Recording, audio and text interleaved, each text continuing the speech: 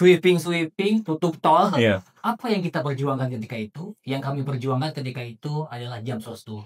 Apa Jamsos tuh? Jalankan jaminan sosial, tolak upah murah. Jaminan kesehatan, kalau kita hanya BPJS sendiri yang kerja, Iya. nggak dapat ini. Kita dalam waktu 10 tahun, bisa hampir 98% penduduk Indonesia masuk. Dalam 10 tahun ya? Dalam 10 tahun. Korea dan sebagainya pun belum butuh waktu ratusan tahun, Iya. puluhan tahun, kita Iya. 10 tahun udah selesai. Karena yang dibutuhkan oleh masyarakat saat ini bukanlah akomodasi, ya, bukan manfaat itu. Jadi yang dibutuhkan itu, yang seharusnya distandarkan itu adalah pelayanan Pelayanannya. kesehatannya. Iya. Itu yang paling penting seharusnya pemerintah urusin, gitu. Biar merata, karena kan kalau berbicara Indonesia luas ya. Iya. Mungkin di daerah Bandung, Jakarta, Jabodetabek, rumah sakitnya, dokternya, secara kompetensinya, pelayanannya udah oke lah. Tapi di daerah pelosok-pelosok,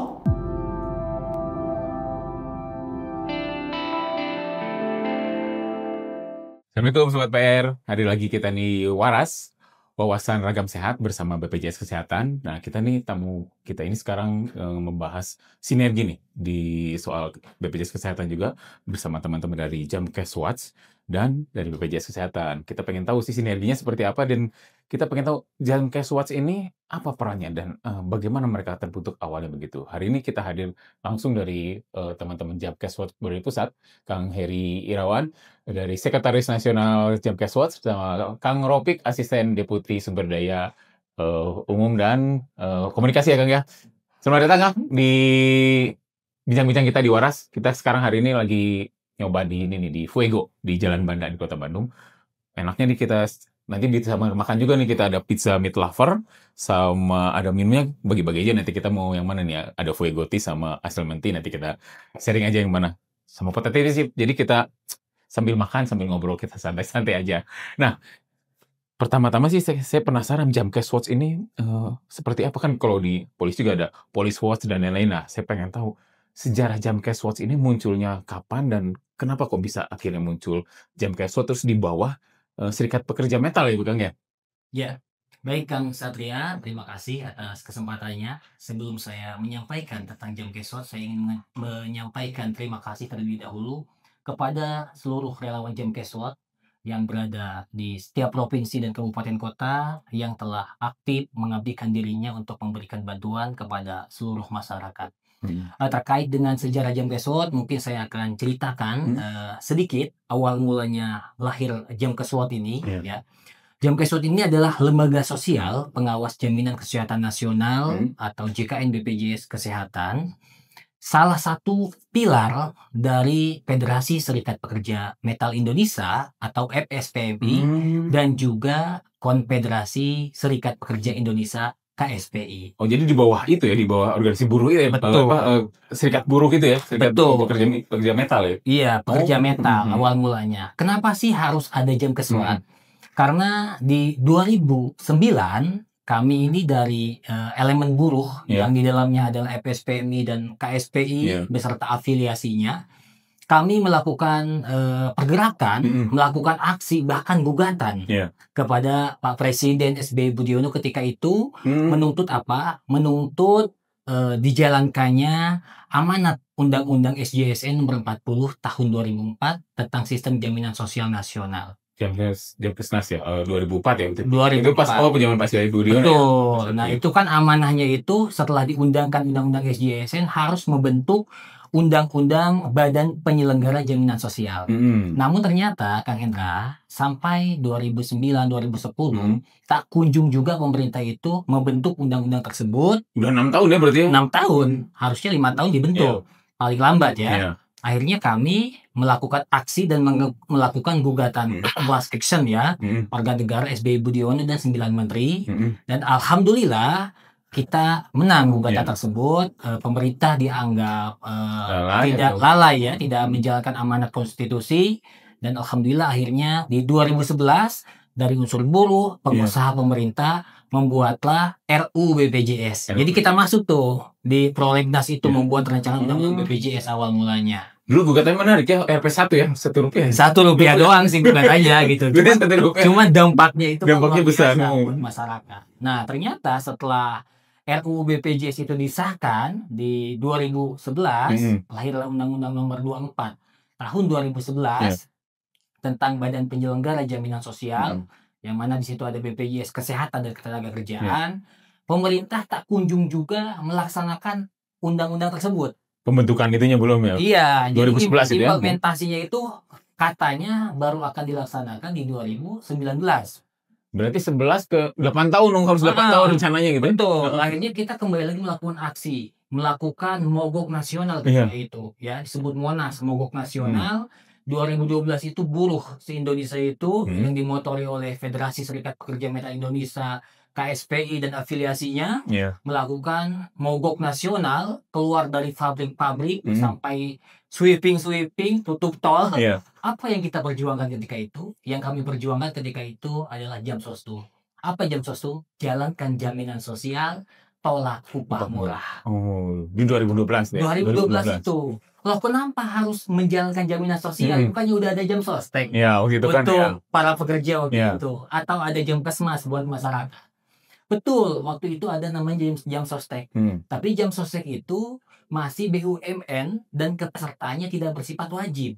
Oh. Sehingga banyak buruh, anggota-anggota kami, para pekerja, ya, dia ini tidak didapatkan kepada JPK atau Jaminan Pemeliharaan Kesehatan yang dikelola jam sostek. Sehingga pada saat si para pekerja ini sakit, harus masuk ke rumah sakit, ya, dia itu harus ada deposit.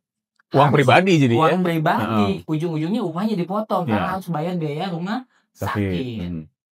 Makanya kita memperjuangkan harus ada jaminan sosial, ya. Dan untuk masyarakat waktu itu ada jam kesmas. Tapi fakta di lapangan ternyata masyarakat yang menggunakan jam kesmas itu masih mendapatkan diskriminasi. Lah kok kenapa diskriminasi? Karena waktu itu hanya baru RSUD aja atau rumah sakit pemerintah yang menerima itu yang ya. menerima. Swasta belum Swasta kan? itu belum semuanya, hanya beberapa lah. Sehingga akses untuk pelayanan kesehatan bagi masyarakat miskin atau yang rentan ini sulit gitu. Nah, akhirnya ya udahlah kita menuntut agar undang-undang BPJS itu segera diimplementasikan. Alhamdulillah 2012, 2013 kita aksi, 2014 BPJS Kesehatan launching 1 Januari dan bersifat wajib ya seluruh penduduk Indonesia. Tak sampai di situ kan. Perjuangannya ya. Perjuangannya nggak sampai. Oke, beres tapi harus berjuang ya, karena kan di awal-awal masih banyak ini ya perbaikan. Betul. Ternyata yang lebih berat itu mengawal implementasinya. Oh. 1 Januari kan jalan tuh BPJS. Ternyata di implementasinya masih kita temukan masyarakat sudah punya BPJS ditolak rumah sakit karena ruangannya full. Obatnya tidak dijamin BPJS, rujuk lepas, sehingga banyak pasien tuh yang ditimpong nyari kemana-mana, yang berujung sempat suatu ketika saya membantu pasien, dia kena ileus, perutnya itu buncit, nggak bisa BAB segala macam, kita cari-cari rumah sakit, datang ke IGD, dikasih stempel full, pakai mobil angkut itu, pergi lagi ke IGD full, sampai akhirnya meninggal dunia. Langsung waktu itu Kang itu? Iya, diangkut gitu. Nah akhirnya miris banget kan seperti itu gitu kan. Itu waktu itu masih belum terbentuk jam kesot sebanyak sekarang. Hanya baru beberapa daerah yang ada jam kesot waktu itu. Nah ini menarik juga ketika Jamkes kan sebenarnya di bawah SPMI, tapi ternyata juga mendampingi mengadvokasi warga juga ya, mungkin nggak hanya yang di bawah SPMI ya. Betul. Jadi jam kesot ini karena atas dasar-dasar tadi itu, ya itulah kita bentuklah jam kesot. Akhirnya di 2014 September tanggal 23 di Gedung Juang Jakarta kita mendeklarasikan jam kesot.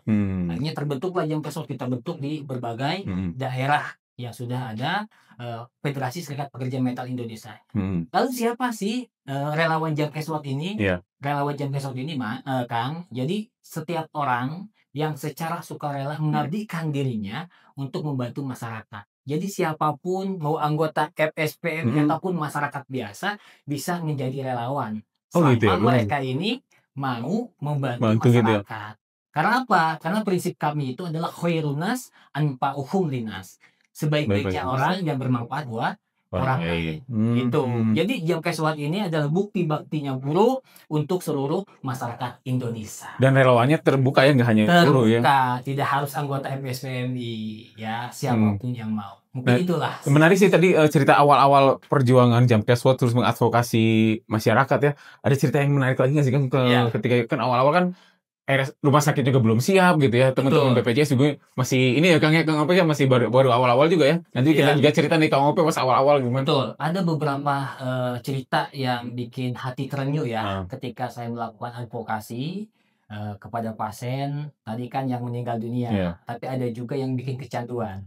Gimana? Kecanduan Kecanduan itu gimana? advokasi maksudnya, kecanduan Bisa ya sama bikin orang. kecanduan? Bisa. Ah, Suatu ketika saya pulang dari zikir di salah satu majelis zikir di Sentul Bogor ya, mendapat informasi ada seorang ibu yang melahirkan, namun ternyata informasinya ditahan oleh salah satu bidan Oke. karena tidak bisa membayar biaya persalinan. Oh. Dan dia belum punya BPJS, ya Mm-mm. kan? Dan bidan pun kan waktu itu belum kerja sama BPJS juga Iya. awal-awal itu.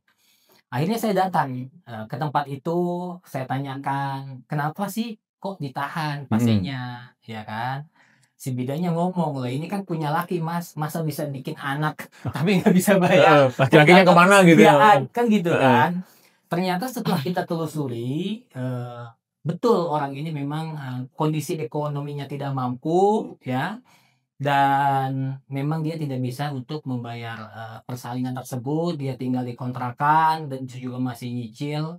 Atas dasar negosiasi, diskusi dengan bidan tersebut, akhirnya biayanya dibebaskan sama bidan tersebut. Mm-mm. Cuman yang bikin terenyuh apa? Ternyata orang tersebut, mohon maaf nih, non-Islam. Muslim, Kami oke. kan ngebantu orang ini bukan Si ibu karena ini ya, si ibu. iya, kita ini bukan berbicara etnis atau Iya. apapun. Dan Setiap ngeliat itu ya kalau orang menolong mah ya. yang membutuhkan orang yang harus kita bantu Iya. gitu. Cuman yang bikin kita terenyuh itu ternyata orang tersebut malah mau masuk Islam. Karena ngelihat saya masih pakai peci, pakai sarung datang ke situ gitu kan. Tapi sebagai jemput gitu Iya. kan. Dan dia ingin masuk Islam dan akhirnya saya bimbing untuk masuk Islam. Alhamdulillah. Saya bilang saya nggak memaksa. Heeh. Islam itu bukan agama yang harus masuk gitu Iya. kan. Kita ngebantu ikhlas gitu. Hmm. Enggak kok, memang dalam hati saya siapapun yang membantu saya akan ikut. Bernazarnya gitu Bro ya? Iya, nazarnya gitu. Dan akhirnya si bidannya ngasih kerudung segala macem. Wah, itu keluar air mata. Itu kebahagiaan luar biasa banget. Bisa nolong gitu ya. Mm-mm. Nah, itu rata-rata bikin candunya gitu ya. Bikin candunya gitu karena orang-orang yang kita bantu, kita ikhlas, bahkan kadang-kadang kita keluar duit untuk bayar parkir, Iya. kadang-kadang makan mereka pun dari kita, itu kebahagiaannya itu luar biasa kan. Berbeda dengan tanda kutip ya, Iya. relawan gitu ya, sosial gitu ya, tapi ujung-ujung dia nyari Bahagia kepentingan di ongkos situ. segala macam itu Iya, iya. selesai. Tapi kalau kayak gitu luar biasa. Bahkan satu ketika ada anak usia sekitar 5 tahun kena tumor di daerah Jonggol, saya tinggal di daerah Jonggol. Saya datang ke rumahnya katanya udah sakit, udah demam, bahkan sudah mau merah, tapi orang tuanya bingung, Iya. tidak bisa untuk berobat ke rumah sakit, nggak paham prosedurnya, nggak punya BPJS. Alhamdulillah di 2015 itu BPJS kan ketika orang daftar bisa langsung aktif. Oh dulu Orang gitu ya? daftar bisa langsung aktif, ya kan? Akhirnya saya bawa tuh ke salah satu rumah sakit di daerah Jonggol. Saya masukkan ke IGD, Iya. saya pergi ke KC Cibinong waktu itu. Saya belum sekenal sekarang dengan teman-teman BPJS. Datang sekitar jam 7 udah penuh antrian kan. Iya. Dan ternyata saya bilang, "Mohon Pak dibantu, ini anaknya udah di rumah sakit dan memang membutuhkan pelayanan kesehatan." Ya udah tunggu saja kata BPJS sampai nanti selesai. Udah beres jam 3 didaftarin, saya bayar iurannya kan 25.000 waktu itu awal-awal kan. Dan nggak harus satu kakak waktu itu BPJS kan, bisa Oh yang cukup yang sakit aja dulu. yang sakit doang yang daftarin.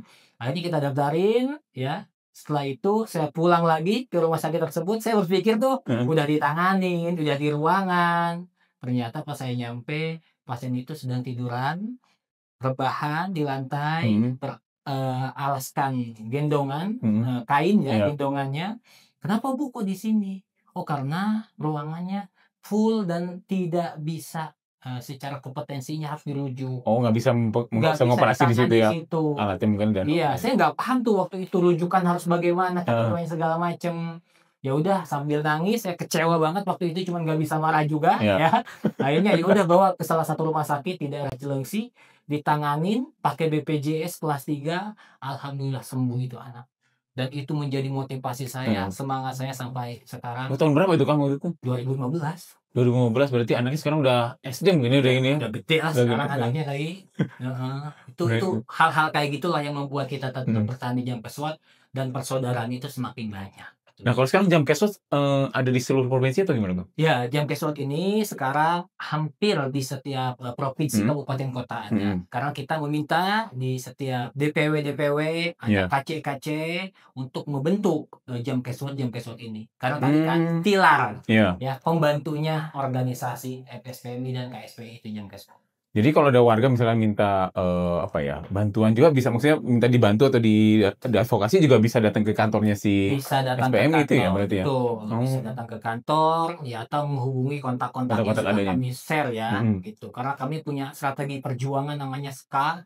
Apa tuh, SKA Kang? itu apa? Yang pertama sosialisasi. Mhm, Jadi kita tuh datang ke kampung-kampung, ke desa-desa, mhm. melakukan sosialisasi tentang BPJS agar masyarakat memahami pentingnya menjadi peserta, Heeh. apa hak dan kewajibannya. Oh. Konsultasi, nomor handphone kita share tuh di grup-grup WhatsApp, kita bikin-bikin Oh grup. gitu ya? Iya, jadi warga itu kalau ada kesulitan di rumah sakit, WA ke kita, konsultasi, harus Heeh. bagaimana. Nah, sekarang udah enak tuh ada BPJS 1 ya, Pak Rofi. Jadi kita tektokannya enak tuh. Oh dulu-dulu pas belum ada itu Belum mah iya, ada, ribut mulu tuh dulu rumah sakit. Sekarang udah enak lah, udah sangat sinergi sekali gitu. Terakhir apa? Advokasi. Mhm. Advokasi itu advokasi di tingkat ke implementasi Iya. ya, yang tadi, orang ditolak harus dapat ruangan, bayar jadi Mhm. gratis. Ada advokasi tingkat regulasi kebijakan-kebijakan, baik di tingkat kabupaten kota maupun pusat gitu. Menarik nih karena kan kalau SPMI tidak berjuang itu, tidak memperjuangkan undang-undang tadi ya, BPJS juga nggak akan muncul mungkin ya, Nggak akan seperti itu. muncul. Nggak akan muncul. Nah ini tertarik juga jadi, ke Kang Ropik nih. Sinergi apa sih yang akhirnya atau, apa ya, keuntungan atau manfaat apa yang didapat oleh teman-teman BPJS ya ketika terjadi sinergi dengan Jamkeswas? Apalagi di awal-awal gitu ketika BPJS belum terlalu banyak orang, sistemnya teknologi belum digital seperti sekarang, tidak mungkin, sulit menjangkau ke daerah-daerah gitu ya. Gimana Kang, ada cerita apa nih? Ya, baik. Pertama-tama mungkin kita ucapkan terima kasih dulu kepada Jamkeswas kesediaannya untuk kita bisa ngobrol bareng juga nih. Pak Satri juga memfasilitasi dengan kami untuk kita bisa ngobrol bareng tentang BPJS Kesehatan, mungkin dari masa kelahiran BPJS Kesehatan. Perlu kita ketahui BPJS Kesehatan sendiri kan merupakan badan hukum pabrik. Mhm. Jadi perwakilan dari negara untuk masyarakat Indonesia. Mhm. Nah, BPJS ini kita kalau istilah mungkin teman-teman di buruh tripartit kan. Iya. Jadi ada Oh tripartit, oh iya, iya. BPJS. Beda tripartit dengan ini. Heeh. BPJS sebagai penyelenggara, ada peserta sebagai Penerima manfaat. penerima manfaat yang diwakili oleh kami. Ada satu lagi fasilitas kesehatan yang Iya. menjadi pemberi manfaat. Jadi tripartit ini yang akan kita berjuang. Kami tentu penyelenggara, ada dewan pengawas juga. Mhm. Tentu pengawas yang sudah dibikin oleh pemerintah. Iya. Ada dewan pengawasnya juga, ada OJK, BPK dan sebagainya gitu kan secara lembaga. Nah, peserta tentu ini peserta ini menjadi salah satu partit kedua kami kan, Iya, peserta. Kedua tiga Paskes. Paskes juga diwakili oleh asosiasi Paskes, oleh ada ARSA, ada organisasi profesi dan Iya. sebagainya. Masing-masing memiliki hak yang sama untuk membentuk ekosistem jaminan kesehatan nasional. Nah, ekosistem kesehatan nasional itu kan tidak hanya ngomongin BPJS, tidak hanya ngomongin Paskes. Suara peserta itu harus juga didengarkan. Nah, teman-teman Jamkeswas inilah salah satunya. Iya. Kita ada Jamkeswas, ada Posko JKNKIS, masing-masing serikat pekerja, ada juga BPJS Watch, Iya. ada watch-watch yang lain gitu kan, yang memang di satu sisi kami beruntung karena ini menjembatani apa yang terjadi pada peserta dan dengan apa yang terjadi di Paskes, apa yang terjadi di tubuh kami juga sendiri. Tentu ketika dalam operasionalnya BPJS, apalagi di awal-awal, Iya. undang-undang sama-sama baru, kami pun sama-sama melaksanakan, baru juga melaksanakan untuk beberapa kebijakan. Ini butuh corong-corong untuk menyuarakan atau menyampaikan kebijakan ini kepada masyarakat. Iya. Karena kalau kami pun waktu itu, kami itu dari Askes ke BPJS itu kami cuma punya tenaga sekitar 2.500 orang. Se-Indonesia? Se-Indonesia. 2.500 orang. Perpindahannya lumayan data-data gitu pas pendaftaran apalagi. Ya, peserta dulu kami Askes itu sekitar 16 juta. Oke. Tambah jam kesmas 140 jutaan lah. Gitu. Tiba-tiba dari 16 jadi 140 juta. Dari 15 ke 140 juta. Oke. Dengan pegawai masih 2.500 waktu itu. Kebayang Kebayang kalau ya. kami harus sekian gitu kan. Jadi semua kantor termasuk kantor pusat pun sampai menerima pendaftaran peserta. Kantor pusat pun Kantor begitu. pusat pun yang bukan operasional Iya. Saya waktu itu kantor pusat. Sehingga ini tentu perlu namanya perubahan, itu perlu agen-agen perubahan. Iya. Nah, Jamkes Watch ini salah satunya yang membantu kami. Ada Bang Jamkes Watch, BPJS Watch sebagainya itu membantu kami. Waktu itu mungkin masih belum jadi lembaga. Iya. Masih serikat buruh yang banyak bergerak gitu. Kan mungkin banyak anggotanya dari serikat buruh dulu ya awal-awal. Iya, serikat buruh banyak ada beberapa serikat buruh atau pentolan-pentolan di serikat buruh itu yang memang bantu kami memberikan kalau istilah hukum dasolidnya dikasih tahu, oh ini kayak gini nih aturannya, tapi di daerah nggak kayak gini gitu. Itu kita bersama-sama menyempurnakan kebijakan yang namanya lembaga baru berdiri. Kita baru berdiri, terus kebijakan baru, kita berubah dari BUMN jadi Badan Hukum Publik. Tentu banyak hal-hal yang memang perlu kita sinergikan, perlu kita adjust untuk lebih baik gitu kan. Nah ini tentu bantuan dari teman-teman serikat dan teman-teman yang membantu kami untuk membantu ke masyarakat, membantu juga ke rumah sakit. Rumah sakit pun belum tentu, bisa jadi dia masih belum tahu waktu itu. Iya. Jadi bisa jadi, kok ini ditolak sebagainya, bisa jadi bukan salah mereka. Bisa jadi mereka pun belum tahu kebijakannya gitu.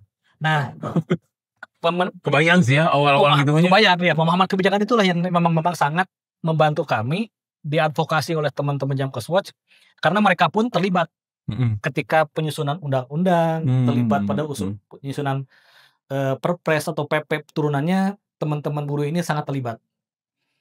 Yang kami sendiri pun bisa jadi belum tentu paham seluruhnya, karena bukan kami juga pembuat regulasi kan, BPJS kan penyelenggara, bukan regulator gitu. Tapi teman-teman buruh ini, teman-teman Jamkes Watch mungkin kalau sekarang mereka dari mengawal dari mulai kebijakan undang-undang sampai peraturan turunan. Sampai pas pelaksanaannya ya, ketika tadi ada keluhan tadi sehingga ketika pelaksanaannya, apa yang kami pahami, apa yang rumah sakit pahami, apa yang teman-teman Jamkes Watch sebagai perwakilan masyarakat waktu itu pahami, kita bisa sinergi. Sehingga ini apa sih yang harus diperbaiki, apa yang salah persepsi gitu. Itu yang menjadi titik kolaborasi yang penting menurut saya, dan itu membuat kita, jaminan kesehatan kita berkembang sangat pesat. Kalau boleh jujur, Indonesia ini jaminan kesehatan, kalau kita hanya BPJS sendiri yang kerja, nggak dapat ini. Kita dalam waktu 10 tahun bisa hampir 98% penduduk Indonesia masuk. Dalam 10 tahun ya? Dalam 10 tahun. Korea dan sebagainya pun belum butuh waktu ratusan tahun, puluhan tahun, kita 10 tahun udah selesai. Apakah kita kerja keras BPJS kesehatan? Enggak. Ada teman-teman Jamkes Watch mengadvokasi Pemda, ada teman-teman SPSI mengadvokasi KL terkait, ada perusahaan, ada organisasi profesi, banyak yang membantu sehingga masyarakat percaya bahwa jaminan kesehatan kita ini bisa berjalan dengan baik gitu. Tentu masih banyak perbaikan. Kalau usia kita baru 10 tahun, Jerman aja 100 tahun, dia masih perbaikan gitu kan. Apalagi kita yang baru 10 tahun, masih kecil, tapi secara pesertaan kita paling cepat. Yang kedua, dari sisi jaminan, kalau Bapak mungkin Kang Satria lihat testimoni bule-bule yang dari Indonesia, mereka bandingkan dengan BPJS kesehatan di negara yang masing-masing, BPJS kita masih dianggap lebih baik daripada mereka gitu. Jadi walaupun di kita memang isunya masih banyak, mungkin nanti dengan Jamkes Watch mungkin kita bisa ngobrol, ketersediaan lapangan lah, jumlah rasio nakes dengan ini itu masih menjadi PR. Akan tetapi kita berkembang, berprogres ke yang lebih baik. Tentu masih banyak yang harus diperbaiki, banyak banget kalau jaminan kesehatan kalau mau kita ideal. Tapi dalam waktu 10 tahun ini kita membuat budaya baru ya kan. Kita membuat budaya baru bagaimana masyarakat sekarang sudah memahami bagaimana sistem pelayanan kesehatan. Seperti rujukan sebenarnya. Orang sekarang dengan rujukan tidak ada yang walaupun masih belum masyarakat kenapa sih gitu dan sebagainya. Sistem rujukan itu sebetulnya ada bukan zaman BPJS. Sistem rujukan itu sebetulnya sudah ada sebelum zaman BPJS. Sistem rujukan perorangan itu aturan yang dibikin Kementerian Kesehatan sejak zaman Askes pun sudah ada gitu. Tapi tidak dilaksanakan Karena waktu itu yang punya jaminan cuma PNS doang. PNS Iya. melaksanakan aturan itu. Karena kita negara gitu kan. Begitu Ke masyarakat BPJS semua gitu semua ya. ikut sistem rujukan. Kenapa harus sistem rujukan? Karena ya tadi harus berjenjang. Karena paskes tadi terbatas, kita harus berjenjang dong supaya tidak semuanya masuk ke rumah sakit. Iya. Sebagai Kalau yang bisa itu. ditangani di fase pertama kan kenapa? Iya, sebagai rumah sakit. Nanti rumah sakit jadi rumah sakit puskesmas kesasar gitu kan. Nah, teman-teman Jamkeswatch inilah yang membantu mengadvokasi. Jadi Jamkeswatch itu tidak serta-merta ini nggak boleh dirujuk ke Jamkeswatch. Oh, ini harus masuk rumah sakit. Enggak juga. Teman-teman membantu menjelaskan ke masyarakat, oh ini Bu, ini yang kami salut dari teman-teman Jamkeswatch, Posko JKN dan sebagainya gitu. Mereka mengadvokasi sesuai dengan ketentuan perundang-undangan yang ada. Akan tetapi kalau misalnya peraturan perundang-undangan itu pun ada yang tidak jalan, ada yang tidak jalan atau ada kendala atau tidak seselaras dengan kebutuhan masyarakat, teman-teman Jamkeswatch, teman-teman yang serikat pekerja lainnya pun, watch yang lainnya ini membantu kami menjembatani ini loh kenyataannya. Mereka mengadvokasi sampai ke arah regulator. Ke kami ngasih tahu, tapi ke regulator juga ngasih tahu. Jadi teman-teman ini Pak Kang Heri tentu selain advokasi regulator ke Kemenkes ya Kang. Iya. Ke mana-mana ini mereka Ujung tombak lah ya salah satu ya. Karena mereka perwakilan peserta tripartit tadi. Organisasi profesi tentu menyuarakan kepentingan rumah sakit, kepentingan profesinya. Pak Kang Heri dan kawan-kawan ini menyuarakan kepentingan masyarakat. Kalau kami tentu dua-duanya ya yang kami ambil gitu kan. Ke masyarakat terus dari sisi peserta tentu juga dari sisi operasional. Kalau BPJS kan tiga-tiganya harus kami rangkul. Akan tetapi ketika kami tentu tidak bisa paham semuanya. Tapi begitu sinergi ini terjalin, kami bisa tahu secara detail, secara nyata apa yang terjadi di lapangan gitu. Itu sih Kang kolaborasinya. Nah, Kang Heri kan tadi mengawali dari awal gitu ya, memulai dari awal ketika sebelum ada BPJS, terus juga advokasi, mendampingi warga, mendampingi para buruh ketika menjadi peserta. Nah, perubahan signifikan apa yang paling terasa, Kang Heri, ketika awal-awal dulu BPJS Kesehatan dan sekarang gitu setelah 2014 berarti 11 tahun ya, yang paling terasa apa? Yang paling terasa sih, jujur saya sekarang udah mulai bisa tidur pulas. Oh dulu enggak ya? Kenapa? Di awal-awal itu saya dengan teman-teman BPJS kita membuat grup-grup WhatsApp. Di setiap DPD, Jamkeswatch itu kan ada DPD-nya, kabupaten kota. Pasti kepala cabang BPJS itu kita tarik untuk masuk di grup WhatsApp. Rumah sakit, direkturnya suruh masuk dan staf-staf BPJS masuk. Kita pasti sampai begadang sampai malam, tektokan masalah kasus, nanti pasien segala macem, belum masalah kepesertaan, karena tadi crowded, ya kan, daftarnya ngantri, belum pasien nggak dapat antrian di rumah sakit segala macem. Namun sekarang, alhamdulillah kita rasakan BPJS itu banyak perubahan, mulai dari pelayanan di rumah sakit sekarang sudah ada namanya janji layanan. Janji layanan itu yang dulu kalau kami nih Jamkeswatch kita ajak BPJS, ajak Dinkes datang ke rumah sakit audiensi. Rumah sakit bikin berita acara setelah kita datangin. Tidak boleh kena iur biaya kepada pasien. Tidak boleh rujuk lepas kepada pasien, harus sesuai aturan. Tidak boleh diskriminasi. Ya, obat tidak boleh diresepkan. Dulu itu kita tuh harus ada dashboard informasi tentang ruang tempat tidur, karena masalah-masalah itu kalau kita kumpulkan, kita punya data gitu, akhirnya kita dapat tuh masalah-masalah itu yang paling banyak, makanya kita jadi prioritas.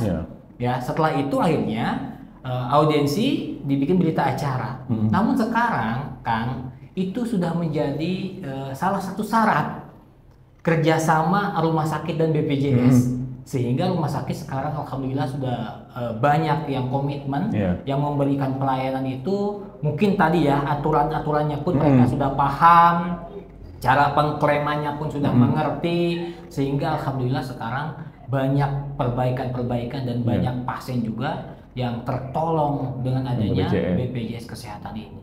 Itu luar biasa gitu. Memang itu juga yang akhirnya memang didapat dari BPJS ya, ketika bisa dianggap oke lah Jamkeswatch seperti ujung tombaknya BPJS saat itu Kang ya. Ya, sebagai salah satu mitra kami untuk membantu mengadvokasi. Jadi tentu banyak organisasi-organisasi yang seperti Jamkaswatch ini kami rangkul dan kami fasilitasi untuk teman-teman bisa menyuarakan kepada kami dan kami terbuka untuk itu gitu. Dan alhamdulillah sampai saat ini suara yang masuk objektif. Ya. Selalu objektif, fakta dan data disampaikan dan kami selalu terbuka atas masukan-masukan tersebut. Iya. Tentu dengan objektivitas tersebut dari teman-teman Jamkaswatch, dari teman-teman yang serikat pekerja lain yang membantu kami mengawasi program ini membantu kami membuat bisa mengadvokasi kebijakan-kebijakan baru. Tentu juga teman-teman Jamkaswatch, teman-teman serikat pekerja lainnya yang juga peduli dengan jaminan kesehatan ini, mereka terus mengadvokasi kalau ada kebijakan-kebijakan baru karena tidak semua kebijakan mungkin bisa diterapkan. Ya. Walaupun pada kenyataannya untuk menyelesaikan masalah, tapi pada pelaksanaannya bisa jadi perlu disesuaikan.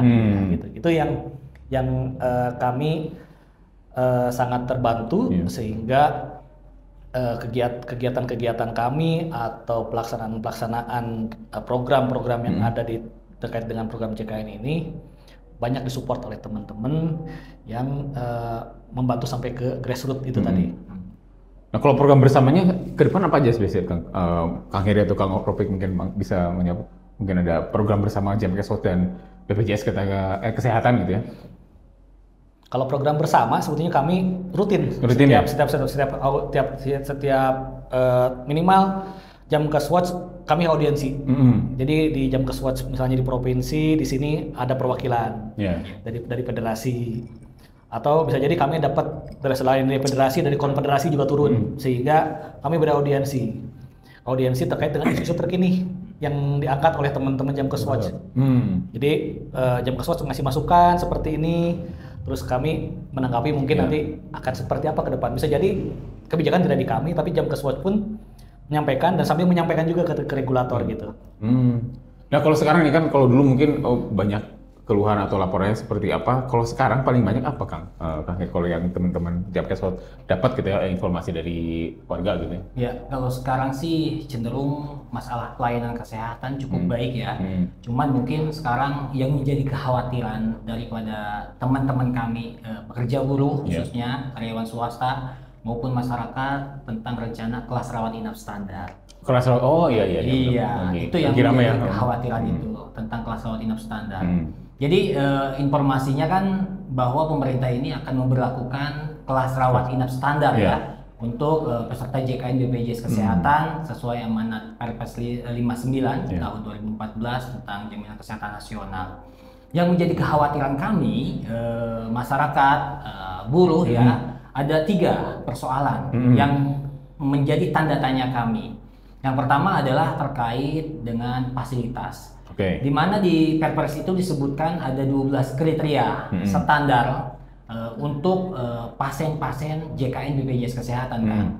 Salah satunya adalah terkait dengan maksimal jumlah bed atau tempat tidur untuk pasien BPJS itu adalah 4 tempat tidur.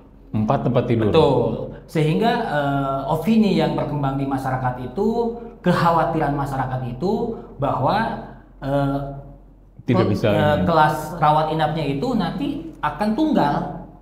Jadi akan jadi 4 tempat tidur. Dampaknya apa buat para pekerja buruh? Kayak kami kan BPJS-nya yang di atas 4 juta kita kan nyur 5% ya dari upah kami dipotong 1%, dibayar oleh pemberi kerja 4%. Dan kita kalau gajinya di atas 4 juta mendapatkan manfaat di kelas 1. Di mana kelas 1 saat ini itu kan 1 sampai 2 tempat tidur. Kelas 2 itu kan 4 sampai 4 tempat tidur ya. Dan kelas 3 ada yang 6 tempat tidur gitu. Nah, kekhawatiran kami para pekerja ketika nanti kris itu diberlakukan dan tunggal, ini akan terjadi penurunan manfaat akomodasi. Penurunan manfaat akomodasi yang tadinya kalau saya sakit dirawat 2 tempat tidur, sekarang jadi 4 tempat tidur. Berarti kan itu penurunan manfaat akomodasi. Itu terkait dengan fasilitasnya. Tapi kalau yang lain-lainnya terkait batas antara tempat tidur ke tempat tidur, sirkulasi udara kan ada tuh 12 kriteria itu. Ya kita oke-oke aja kalau rumah sakitnya sanggup. Kan itu akan mengubah secara infrastruktur juga ya akhirnya gitu ya. Betul. Dan itu Nggak mungkin ruangannya cukup juga untuk betul. Nanti ujung-ujungnya ya rumah sakit sanggup nggak untuk melakukan investasi, Iya. ya membuat sesuai dengan standar KRIS itu satu, yaitu rumah sakit lah. Iya. Yang kedua adalah bagaimana nanti terkait dengan iurannya kalau tunggal. Apakah nambah kan kekhawatirannya jadi nambah Nah, ya? kita khawatir justru iuran itu antara kelas 3 akan dinaikkan, kelas 1 mungkin bisa jadi turun. Iya. Untuk yang mandiri ini, ya bisa dipilih kelas 2 misalkan Iya. nih, kita curiganya ke situ, ya kan? Tapi dampaknya apa? Dampaknya nanti yang kelas 3 ini kan banyak peserta PBI, banyak yang memang rentan tidak mampu. Kalau naik, apakah Bisa yakin mampu, ya. mereka akan mampu membayar iuran? Iya. Daerah-daerah yang sudah melakukan UHC, Universal Health Coverage, apakah yakin mampu membayar Memenuhi tambahan lagi ya. anggaran lagi Iya. untuk UHC? Malah justru banyak yang non aktif, Hmm. iya kan? Nah, kita Iya. khawatirnya di situ tuh. Jadi mau seperti apa gitu kan? Apakah memang mau tunggal atau seperti apa Iya. KRIS ini? Karena ini belum ada kejelasan. Tadinya mau 1 Juli ya kalau saya Iya, tidak kemarin salah. kemarin punya 1 Juli Betul. tapi akhirnya ada mundur beberapa, lagi ya. kan gitu. Nah, selain terkait masalah iuran tadi, terkait dengan di dalam Perpres itu kan disebutkan pasal 51 itu peserta JKN BPJS Kesehatan boleh naik kelas. Ya kan? Boleh naik kelas, namun dikecualikan bagi pekerja buruh yang ter-PHK, bagi masyarakat dengan manfaat kelas 3. Iya. Di PP 47 disebutkan kewajiban rumah sakit untuk menyediakan kelas rawat inap standar atau KRIS itu minimal 40% untuk rumah sakit swasta 40% dan 60% untuk rumah sakit pemerintah RSUD. Kami khawatir nih anggota-anggota kami yang terkena PHK, masyarakat yang rentan miskin atau dengan manfaat kelas 3, sekarang aja rumah sakit hampir 100% ruangannya itu dipergunakan untuk pasien JKN BPJS Iya, Kesehatan. betul. Kita masih menemukan ruangannya full. Iya. Ya kan, nggak dapat ruangan gitu kan, walaupun sudah ada dashboard tetap aja tuh kadang-kadang kan kalau kita datang ke IGD harus dirawat inap ruangannya full. Ya. Apalagi nanti Ketika nanti di hanya kalau 60-40 gitu ya. kata rumah sakit saya udah menyediakan sesuai ketentuan gitu, ujung-ujungnya nanti ya udah naik kelas. Nah, ini kekhawatiran pekerja buruh. Karena yang dibutuhkan oleh masyarakat saat ini bukanlah akomodasi, ya bukan manfaat itu. Jadi yang dibutuhkan itu yang seharusnya distandarkan itu adalah pelayanan Pelayanannya. kesehatannya. Iya. Itu yang paling penting seharusnya pemerintah urusin gitu. Biar merata. Karena kan kalau berbicara Indonesia luas ya. Iya. Mungkin di daerah Bandung, Jakarta, Jabodetabek, rumah sakitnya, dokternya, secara kompetensinya, pelayanannya udah oke lah. Tapi di daerah pelosok-pelosok Belum tentu juga infrastrukturnya belum siap tentu gitu juga ya. susah, ya kan, untuk rawat inap segala macam. Nah, seharusnya pemerintah lebih fokus ke membenahi itulah istilahnya. Si pelayanannya, dari sisi pelayanannya. Gitu, nggak usah ngebahas-bahas masalah kelas Kelas rawat satu- inap satu standar tunggal yang tadi ya. betul yang saat ini saja kan sudah diterima kan sama masyarakat kan. Iya, sekarang kan udah dibilang masyarakat udah bilang nyaman lah ya dengan Betul. kondisi seperti ada 3 kelas seperti itu ya. Betul, udah nyaman, nggak ada masalah kan Iya. sebetulnya gitu loh. Ya tinggal diperbaiki aja mutu layanannya, bagaimana di daerah-daerah juga mendapatkan akses yang sama. Iya. Itu aja sih harapan kami gitu. Jadi itu yang menjadi Kegelisahan sekarang ya. Betul. Ya karena kan kemarin memang di awalnya 1 Juli akan diberlakukan. Juli. Terus mundur lagi nggak tahu sekarang belum ada Katanya mau penjelasan. Januari kan? rencananya. 2026. Nah, nggak tahu nih dari teman BPJS Kang Ropik sendiri informasi terakhir seperti apa Kang? Ya, terkait dengan Perpres 59 tadi tentang kelas rawat inap standar, kalau kami di BPJS Kesehatan masih menafsirkan pasal tersebut itu adalah semangat dari pemerintah untuk membuat standar layanan yang sama. Kalau Semangatnya kami ke sana gitu ya. semangatnya ke sana. Jadi misalnya karena kalau kita mengacu pada Perpres 59 saat ini tidak ada kalimat yang menyebutkan kelas rawat inap tunggal. Kalau mengacu ke sana, memang kekhawatiran teman-teman Jamkeswat sangat ini dimungkinkan gitu kan, karena isu itu sangat berkembang di masyarakat dan mungkin Kemenkes pun dari pihak regulator beberapa kali menyatakan hal tersebut di beberapa diskusi, beberapa dialektika di di televisi maupun dimanapun. Akan tetapi saat ini BPJS Kesehatan sebagai badan penyelenggara, kami berpegang pada hukum positif yang berlaku saat ini, bahwa memang semangat kita di Perpres 59 itu adalah kita ingin menstandarkan layanan. Jadi 12 kelas rawat inap itu, 12 kriteria itu adalah banyakkan adalah terkait dengan sarana prasarana. Misalnya harus ada nakas, harus ada oksigen, harus ada misalnya jarak antar tempat tidur 1,5 meter. Tadi ya, yang kata Kang Heri. Jadi itu yang menjadi semangat kami. Kalau ketika kami ke Indonesia Link pun kami fokus ke arah 12 standar itu. Jadi kami menginginkan, cita-cita kami mungkin melihat dari proses yang dibikin regulasi di pemerintah itu adalah ketika orang dirawat di kelas 3 di Bandung, orang dirawat di kelas 3 di Palangkaraya, orang dirawat di kelas 3 di Ambon atau di Papua, itu semuanya sama. Rawat inapnya masuk kelas 3, ruangannya minimal tempat tidur 4 tempat tidur 1 ruangan, ada kamar mandi di dalam. Dan kami melihat 4 tempat tidur menurut persepsi kami, menurut penafsiran kami, yang minimal 4 tempat tidur adalah kelas 3. Minimal 4 tidur adalah kelas 3. Kelas 3. Untuk kelas 2 dan kelas 1 tentu akan berbeda. Saat ini kan berjalan seperti itu juga. Kelas 3 saat ini 6 di Permenkes yang lama. Sekarang di Perpres yang baru diatur standarnya adalah 4.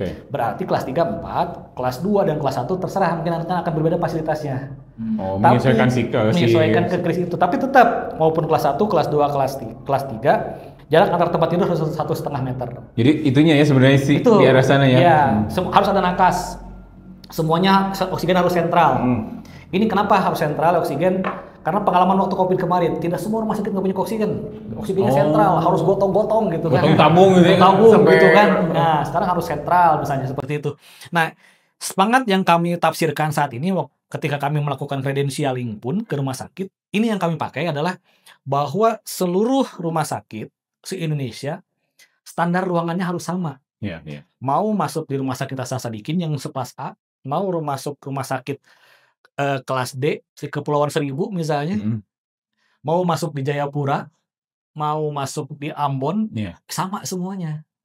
Sehingga ini yang kami tafsirkan sampai saat ini. Mudah-mudahan ya ke depannya kriteria ini tadi yang disampaikan oleh dari teman-teman Jamkeswatch, standar ini yang lebih diutamakan.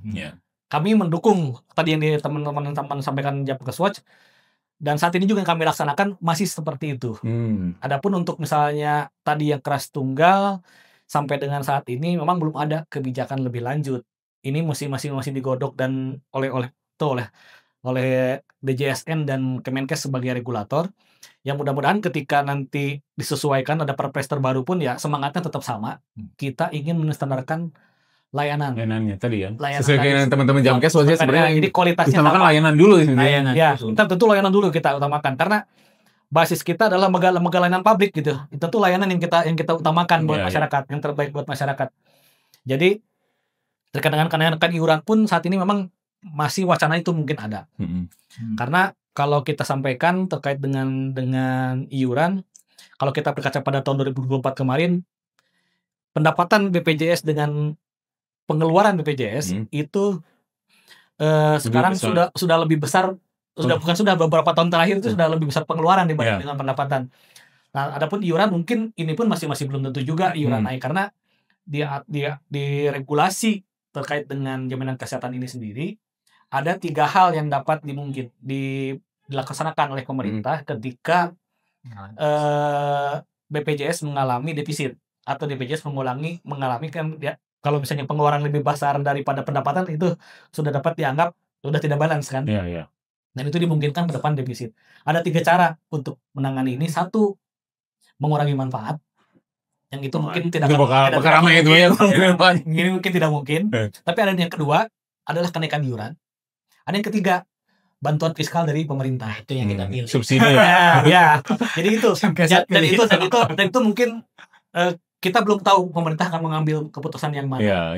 Tentu mudah-mudahan ketika itu yang diambil yang terbaik untuk masyarakat sesuai dengan kondisi dan situasi masyarakat saat ini, gitu kan. Tentu kita tidak ingin jaminan ini membuat beban buat masyarakat. Padahal niat awalnya adalah merupakan jaring pengaman Iya, sosial. betul. Ketika jaring pengaman sosial malah Malah memberatkan membebani kan bukan jadi pengaman sosial lagi ya.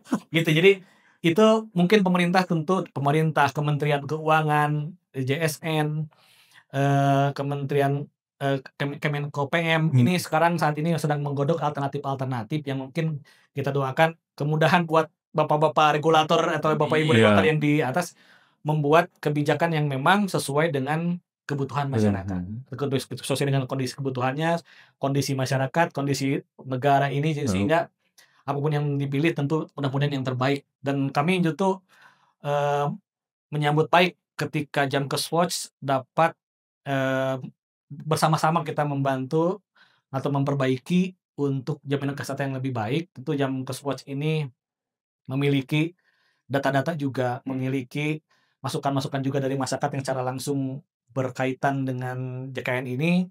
Teman-teman Jamkes Watch yang sebagai perwakilan peserta tentu akan menyampaikan secara objektif mungkin kepada kami maupun kepada regulator.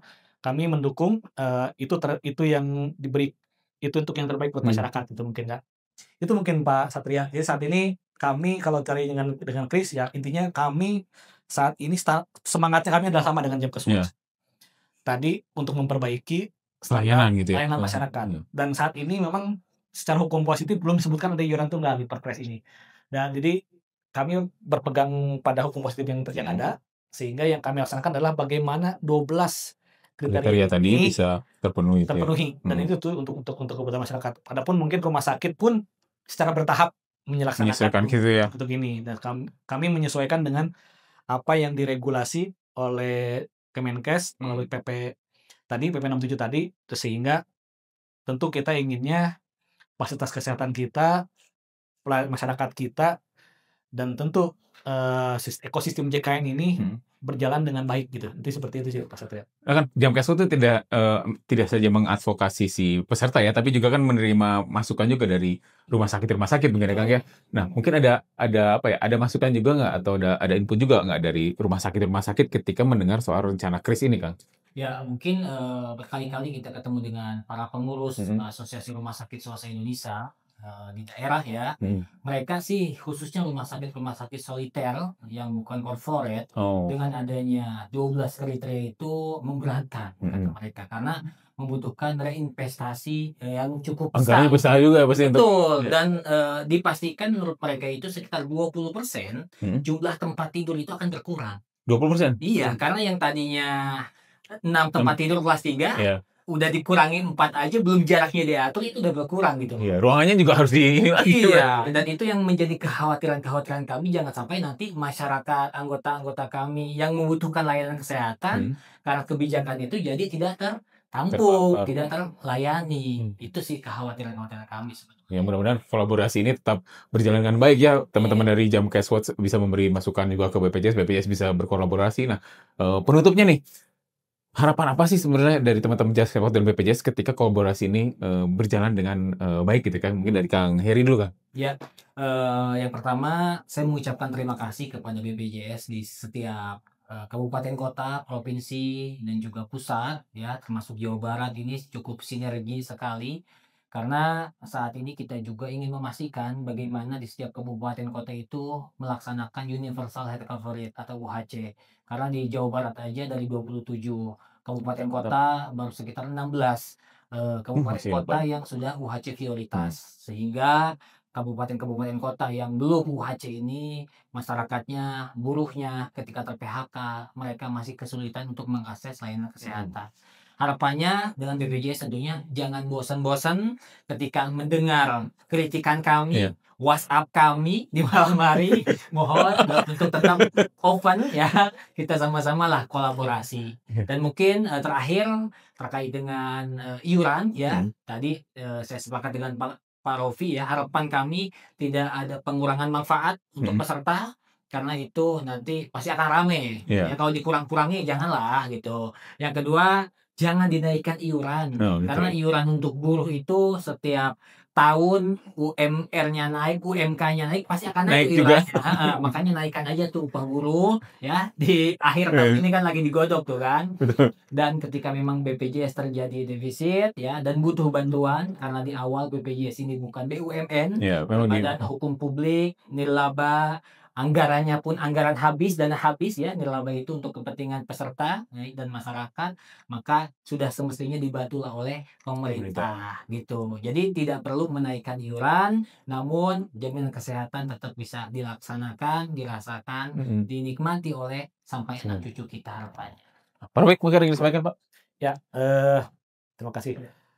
Terima kasih juga mungkin tadi berbalas dengan Pak Heri. Kami tentu BPJS Kesehatan menyambut baik apa yang disampaikan oleh teman-teman Jamkes Watch dan kami dengan tangan terbuka WhatsApp atau apapun juga kita audiensi kalau teman-teman Jamkes Watch atau teman-teman Posko JKN dan sebagainya gitu kita selalu berkoordinasi, selalu bersinergi. Kenapa? Karena memang teman-teman ini masukan ini adalah berharga buat kami. Iya. Ketika sebuah organisasi tidak ada yang kritik, ketika sebuah layanan publik tidak ada omongan dari publik, maka cuma dua. Satu, publik sudah nggak percaya lagi gitu kan. Jangan sampai ya. Jangan sampai gitu, publik nggak percaya, udah nggak peduli gitu. Atau yang kedua sudah muak nggak ada bagus-bagusnya itu gitu kan. Tapi begitu kami masih dipercaya, masih dikoreksi, masih dipercaya, masih diomongin, ada satu sisi ada memang harus diperbaiki, tapi satu sisi masih ada harapan dari teman-teman Jamkes Watch atau teman-teman Audi bahwa BPJS ini masih bisa berubah gitu. Teman-teman BPJS ini masih ada ruang untuk perbaikan, selalu ada ruang perbaikan. Artinya kami satu sisi ketika kami organisasi dipercaya untuk disampaikan audiensi sebagainya, ada kepercayaan dari teman-teman Pak Heri ya mungkin ya bahwa BPJS masih bisa berubah, masih jadi ngobrol gitu kan. Gitu. Jadi ini masukan ini berharga buat kami karena begitu kami tidak menerima masukan, kami jangan sampai berdiri di menara gading. Seolah-olah kami sudah bagus gitu sebagainya, padahal belum tentu bagus gitu kan. Nah, sementara kita punya cita-cita, visi kami BPJS Kesehatan ini menjadi badan penyelenggara yang sustainable, berkesinambungan. Karena kami ketika membuat badan ini, cita-cita kami selaras dengan teman-teman buruh, kami ingin dari sejak kami berdiri, Prof. Asewa Besi sebagai pendiri Askes zaman dulu itu, cita-cita beliau adalah bagaimana semua orang di Indonesia punya jaminan kesehatan. Ini berkaca pada di tahun 67 kita dicanangkan oleh Prof. Asewa Besi. Beliau itu ya cita-cita beliau zaman Pak Soekarno itu kita punya jaminan kesehatan seperti di Jerman gitu. Nah, sekarang kita sudah mencapai itu kalau sisi cakupan. Sudah on the track lah sebenarnya. Cakupan sudah on the track. Tapi bagaimana keberlangsungan jaminan ini apakah hanya sampai 10 tahun, hanya sampai 15 tahun? Kita tentu berharap setelah kami BPJS, teman-teman kami misalnya pegawai BPJS, kami pun ingin melihat begitu kami pensiun kami bukan pegawai. Itu kami akan butuh juga jaminan siapa yang menjamin gitu kan. Betul. Sehingga jaminan kesehatan ini harus dinikmati tidak hanya oleh kami, tapi oleh anak cucu kami, mungkin oleh generasi-generasi selanjutnya. Yang menikmati jaminan kesehatan ini kita pengen semuanya menikmati sampai dengan generasi-generasi berikutnya. Tidak hanya berhenti di generasi kita atau 10-20 tahun gitu. Bisa sampai ratusan tahun. Dan ini butuh ekosistem. Ketika hanya BPJS saja yang bergerak, nggak mungkin. Tetap harus ada seluruh kepedulian dari seluruh elemen masyarakat untuk membangun ekosistem jaminan kesehatan ini. Sehingga jaminan kesehatan ini bisa terus sustainable. Ini yang menjadi poin penting kenapa kolaborasi ini dengan teman-teman Jamkes Watch maupun organisasi yang mewakili masyarakat ini menjadi sangat penting sehingga kami bersama-sama ekosistem ini membangun jaminan kesehatan yang lebih baik. Dan tentunya satu lagi yang kita inginkan jaminan kesehatan yang berkesinambungan itu Pak. Itu yang penting. Terima kasih nih Kang Heri, Kang Ropik, bincang-bincangnya kita menarik banget, kita jadi tahu sejarah BPJS itu awalnya seperti apa dan mudah-mudahan kolaborasi ini berlangsung ya karena seperti tadi Kang Ropik bilang, Kang Heri bilang BPJS ini jaminan kesehatannya jangan berhenti sampai di sini ya, karena pengennya seluruh masyarakat juga menerima dan berlanjut sampai beratus-ratus kemudian ya. Iya. Gitu. Terima kasih banyak nih teman-teman Sobat PR. Terus kita lihat terus tonton kita di program Moras dengan tamu-tamu yang lainnya. Wassalamualaikum warahmatullahi wabarakatuh. Waalaikumsalam. Waalaikumsalam.